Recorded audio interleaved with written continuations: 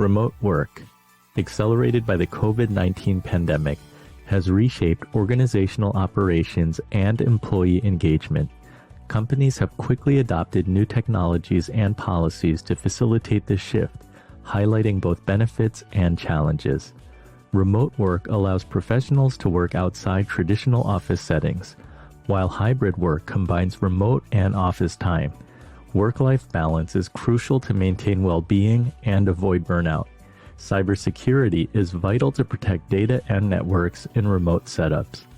Benefits include increased flexibility, access to broader talent pool, and enhanced productivity.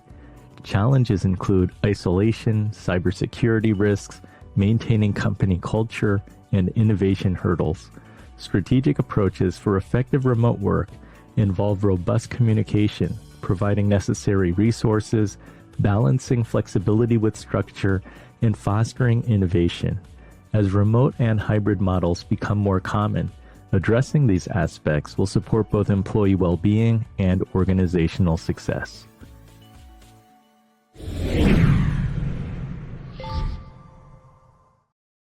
So it's been 4 years since COVID-19 forced employees, employers, schools, and students to really embrace remote work. I want to ask all of you, where are we now and where do you think we're going? Charlene, you want to kick us off? Sure. I really like the point in the opening video about balancing flexibility and structure, because I like to say that structure without flexibility is bureaucracy, and flexibility without structure is chaos. So you need a balance of the two things. And I see a lot of people still trying to figure out what that is. And one of the biggest problems, I think, is leaders aren't clear about what kind of relationship they want with their employees. And so there's this back and forth about, well, what do we want to be? How does it look like? And it doesn't lead to a fruitful discussion.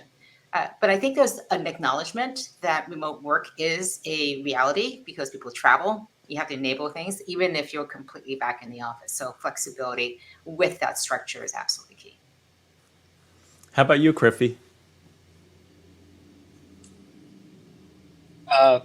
Great question. So I think I have a strange framing opening to this, right? Which is thinking about what a corporation is and what a corporation does, right? As a strategic foresight, we like to sort of set the bounds of the conversation. And when I think of a corporation, it does two things, right? One is to do work, but then a big component of corporation is organizing people, right? And so the future of work has a very interesting component where part of it is doing the work itself, but also is how do we organize people better, right? And that's where I think a lot of this remote work comes into the discussion, right? How do we build those personal connections? How do we most effectively navigate the relationships you need to do to grow within that entity? So I kind of answer it in those two ways, right? We suddenly have an explosion of new skills that we can use and tools to build personal connections. Yeah, let me ask a quick follow-up of you, because I know that Future Today Institute, there's an annual tech trends report that gets downloaded like 1 million times every year. What technology and science trends do you see influencing that future of work? Very good question. I will tell you, I focus on the financial services book. But I think when you talk to what happens within the future of work, you have a big element of space, right? So people and places and spaces. What is the impact on your environment and the built environment is a big component of the future. There's a big component of how people interact. So you have a lot of the tools and the systems and the mechanisms for creating the spaces and the places to do that. And the report is a very large, very long, very extensive research that we do into all of these different topics to identify trends that are happening in the industry. So from an overall kind of, you could say, where's the tide rising? Where's the wave going? And Al, talking about the people and what are the people doing, you work with a lot of individuals and leadership development. What are your thoughts? Yeah, well, I actually like Kriffy's framing of this. If you think about the fundamental role of an organization, I think, as he said, one is to organize work and get work done, and the second is to bring people together. And I think where we are, at least 4 years in, is this, I think we're realizing is that very few people actually learn how to work, right? If you think about any other type of profession that is based on performance, take musicians or take athletes, before you can go and play in the NBA, you have to learn how to shoot free throws. You have to learn how to practice your form. You have to learn how to play the game of basketball. Same goes for any type of musical instrument. And I think one miss that we've collectively had over the past couple decades is that we haven't actually really taught people how to work, like of how to actually get things done. Yes, the technical skills of actually doing a task or thing, like, yeah, that sometimes happens for people, but we actually haven't really been great at actually teaching people how to like work together, how to get things done. And so as we've kind of iterated and evolved with our workplace policies over the past 4 years, I think we're learning that this was maybe a miss, and we're starting to go back to think about, well, how do we actually do that? And how do we actually help people learn how to work together so that they can actually hit the outcomes that they hit? But I have a feeling that Tara has probably been thinking about this a lot, given her background. So if I could give the rest of my time over to her, I'm sure she's got some great stuff to say. Yeah, thank you so much. You know, I never know how to start this without just giving the lawyer answer. So for me, you know, although we have seen this massive shift to remote work, the law hasn't necessarily responded.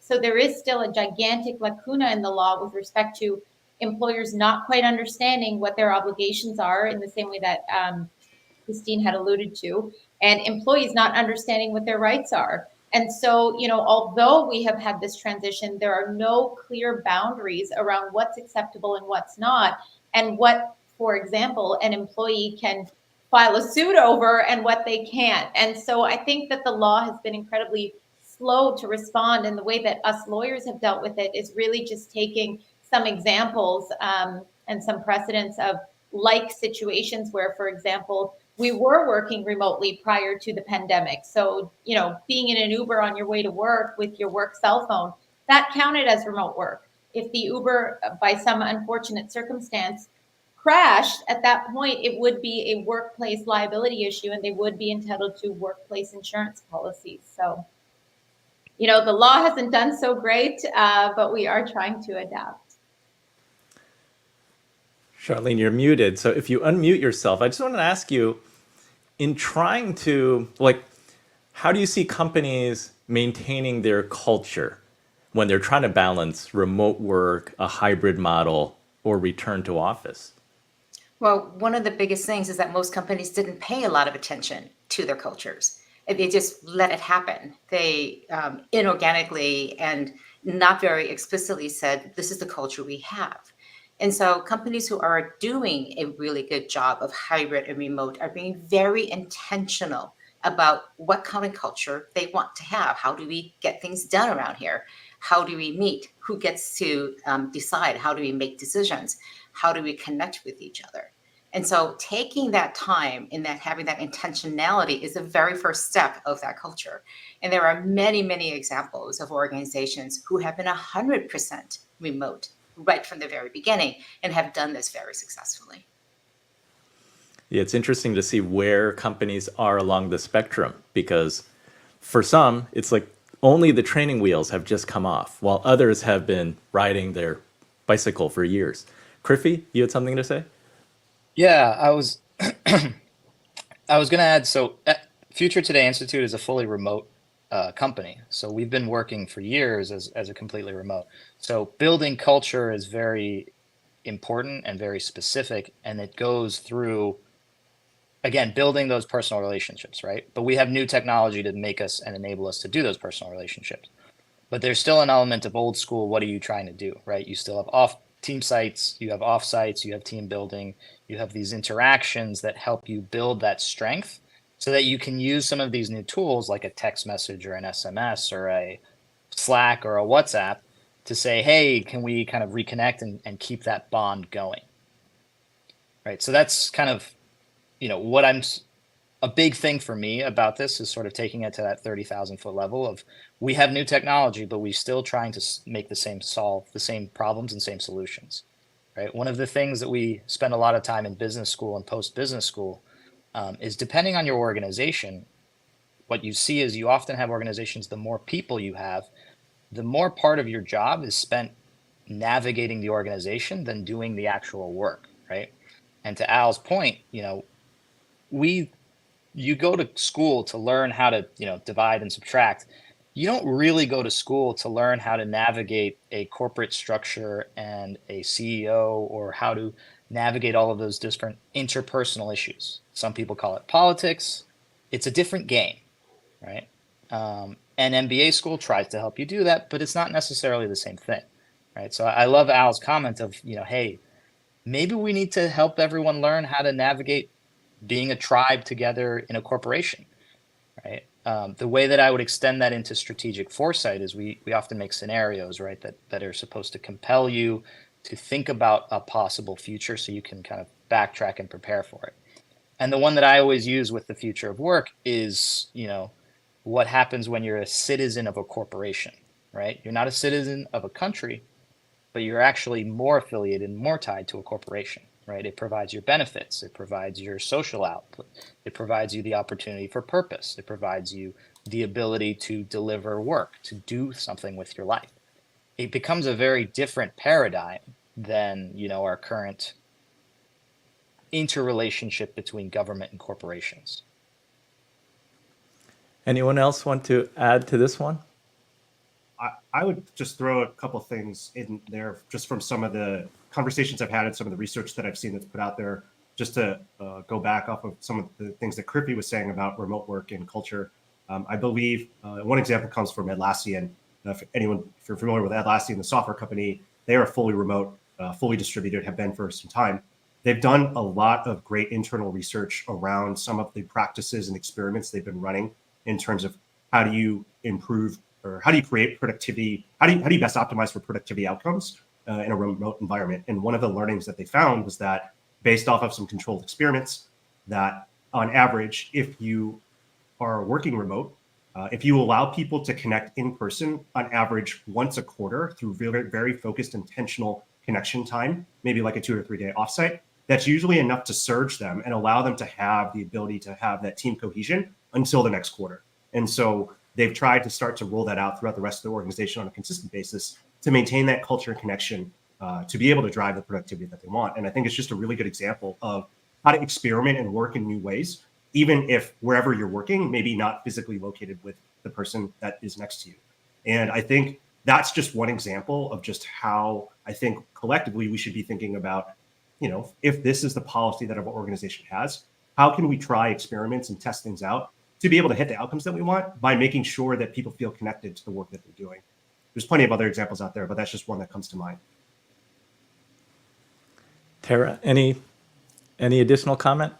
Yeah, so I'm very familiar with companies like Atlassian and Doist. I'm not sure if anyone on the panel attends the largest remote work conference in the world in Lisbon for the last 3 years. And so I've had the opportunity of attending there. And I agree with Al, Atlassian has probably done the most in-depth research on maintaining culture. Doist, I think, is a close second.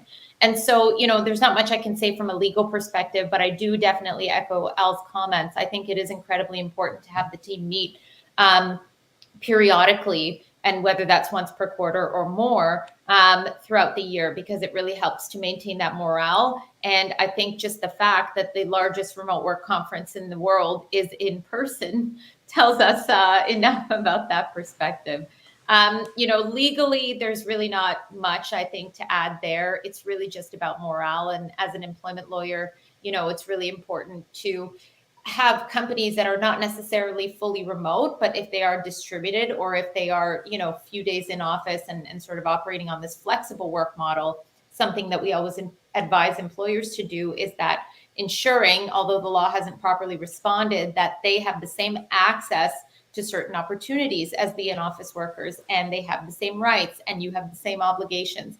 And sometimes those have to be adopted for the remote work environment, for example, for insurance claims, but it's really ensuring that they still feel as though they're part of the team. Yeah, that gets tricky because it's easier said than done sometimes, just because the contact in office sometimes naturally leads to opportunities on certain projects that you may not have available to you if you weren't sitting there in the office physically. And at what point does it become a discrimination claim, right? That's where we're having the issue with the law not responding, because you've got certain heads of damages, for example, in Ontario, sorry, not heads of damages, but prohibited heads of discrimination. So you can't discriminate on race, gender, age, sex, ancestry, but remote work is not counted in there, or telework as they call it in Ontario. And so, how do you prevent that sort of discrimination, and how does an employee that's working remotely feel protected when they are not presented with those opportunities that they may be presented with if they were in the office?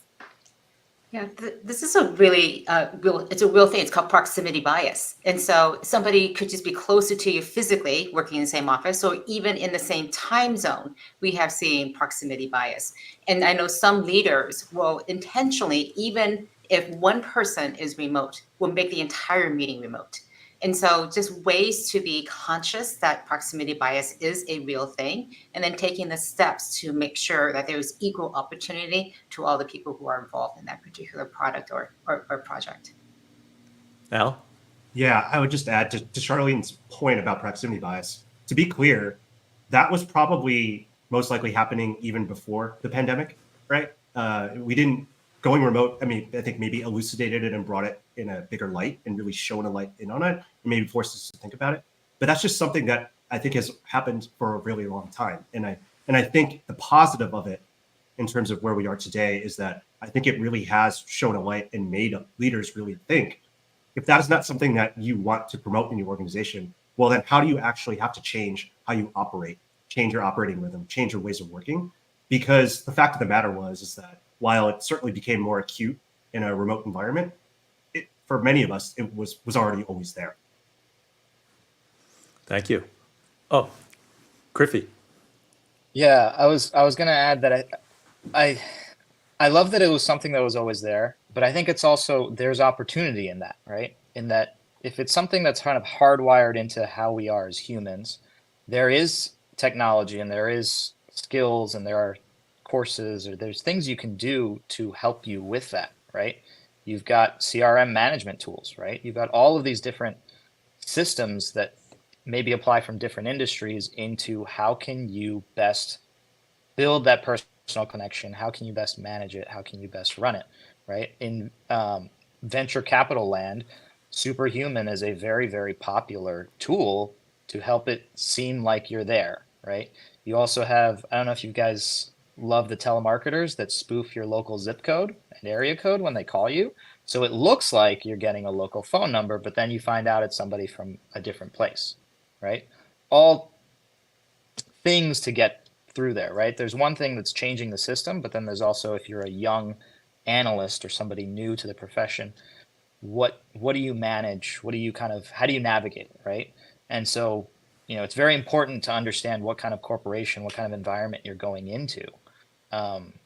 Because to a certain extent, you should understand how to navigate it so that you can help change it from the inside, right? I love the example of one person's remote, so we're going to have to make the whole thing remote. And I bet you there may be some people that were in the room that actually preferred it that way. It poses a lot of different, I think, opportunity and challenges for both leaders and employees. So thank you. Let's jump into segment 2.